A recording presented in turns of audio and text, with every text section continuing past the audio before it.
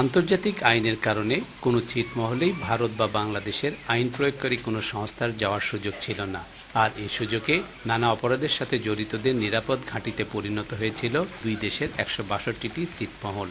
কিন্তু ছিটমহল বিনিময়ের পর পাল্টাতে শুরু করেছে পরিস্থিতি। সিটি সংলগ্ন যে বাংলাদেশের রোড, সেই রোড দিয়ে সন্ধ্যা হইলে মানুষকে চলাচল করতে পারতো না, এবং সেখানে দিনেই মানুষকে জবাই করা হতো এবং মানুষকে এনে বেঁধে মানুষকে অসামাজিক কার্যক্রম, যেটা কোথায় প্রকাশ করা যায় না, বর্ণনা করা যায় না, যে মানুষকে ধরে পিটিয়ে হত্যা করছে সেখানে। তবে এখন বাংলাদেশ হতে সেখানে আর কোনো ভয়ভীতি নেই। প্রশাসনিক কর্মকর্তারা বলছেন, গত ৬৮ বছরে ভারতের ৫১টি এবং বাংলাদেশের ১১১টি ছিটমহলে খুন ও আগুন দেয়া সহ যেসব মারাত্মক অপরাধ সংঘটিত হয়েছে তার কোনোটিরই বিচার হয়নি। এখন বাংলাদেশে থাকা বিলুপ্ত ১১১টি ছিটমহল থেকে অপরাধীদের তালিকা সংগ্রহ করছে আইন প্রয়োগকারী সংস্থা।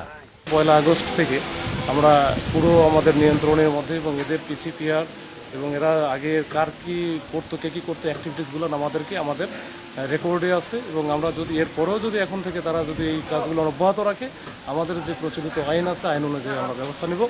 পুলিশ জানিয়েছে, কুড়িগ্রামের দাসিয়ারছড়া সহ কয়েকটি ছিটমহলে বাংকার তৈরি করে মাদক ও চোরাই মোটরবাইক মজুত করার ঘটনার সাথে জড়িতদেরও চিহ্নিত করা হয়েছে। Hasibur Rahman Bilu, independent news, Bogura.